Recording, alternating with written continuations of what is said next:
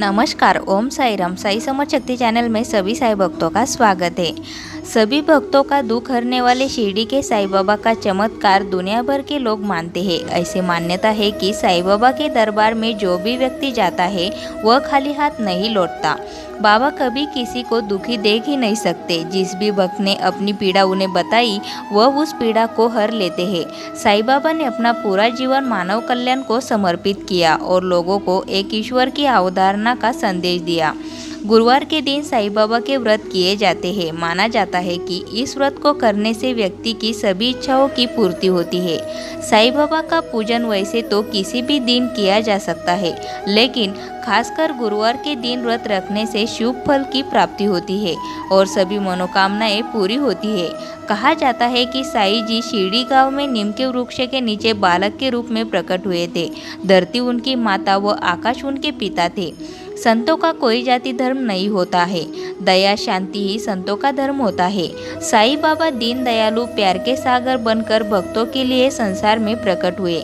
सबका मालिक एक, यही साईं बाबा का मंत्र है।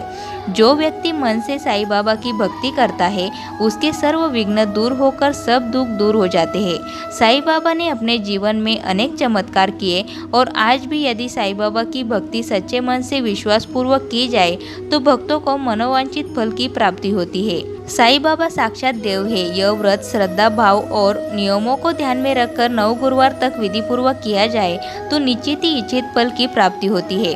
दरअसल कोई भी व्रत बिना व्रत कथा को पढ़े पूरा नहीं माना जाता है।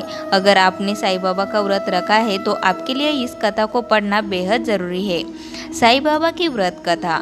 कोकिला नाम की एक महिला अपने पति महेश भाई के साथ एक शहर में रहती थी, जो बहुत ही ज़्यादा धार्मिक आस्था और विश्वास वाली महिला हुआ करती थी। कोकिला और महेश भाई का जीवन स्नेह और प्रेम पूर्वक व्यतीत हो रहा था। हालांकि कई बार महेश भाई कोकिला से झगड़ा कर लिया करते थे, लेकिन कोकिला फिर भी शांति से बिना कुछ कहे चुपचाप अपने पति के क्रोध को सहन कर लेती थी और बुरा नहीं मानती थी। कोकिला के पति महेश भाई का काम कुछ दिनों से बहुत ज़्यादा अच्छा नहीं चल रहा था। काम के परेशानी के चलते वो ज़्यादा समय घर पर ही बिताते थे। उनका व्यवसाय काफ़ी हद तक ठप हो गया था और इसी के चलते उनका स्वभाव बेहद चिड़चिड़ा रहने लगा था। इसी के चलते महेश भाई की कोकिला से बहुत ज़्यादा नोकझोंक होने लग गई थी। एक दिन कोकिला के घर पर एक बूढ़े बाबा आए। दोपहर का समय हो रहा था। बाबा के चेहरे पर गजब का तेज था। उन्होंने कोकिला से भिक्षा मांगी। कोकिला ने उन्हें दाल चावल दान में दे दिए।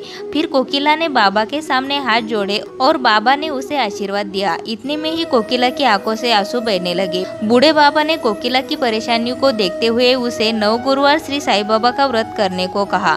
बाबा ने कहा कि अगर वो पूरी श्रद्धा और सबूरी के साथ साईं बाबा का व्रत करेगी तो उसकी मनोकामना पूर्ण होगी। जिस तरह बाबा ने बताया था ठीक उसी तरह कोकिला ने 9 गुरुवार साईं बाबा का व्रत किया, गरीबों को भोजन कराया, साईं बाबा की पुस्तकें भेंट दी। इसके बाद कोकिला का पति उसके साथ झगड़ा नहीं करता था। महेश भाई के व्यापार में भी वृद्धि होने लगी। इसके बाद दोनों ही सुखमय जीवन व्यतीत करने लगे। एक दिन कोकिला की जेठानी उसके घर आई हुई थी। उसकी जेठानी ने बताया कि उसके बच्चों का मन पढ़ाई में नहीं लगता है, इस वजह से ही वो परीक्षा में फेल हो जाते हैं। कोकिला ने अपनी जेठानी को साईं बाबा के व्रत के बारे में बताया। जेठानी के कहे अनुसार उसने 9 श्री साईं बाबा का व्रत किया। कुछ ही दिनों में उसके बच्चों का मन पढ़ाई में लगने लगा। उसके बच्चे अच्छे नंबरों से पास हो गए। दोस्तों, वीडियो अच्छी लगी हो तो वीडियो को लाइक ज़रूर करें और इसी तरह की वीडियोस आपको मिलती रहे उसके लिए चैनल को सब्सक्राइब करके बेल आइकन को ज़रूर प्रेस करें। ओम साई राम।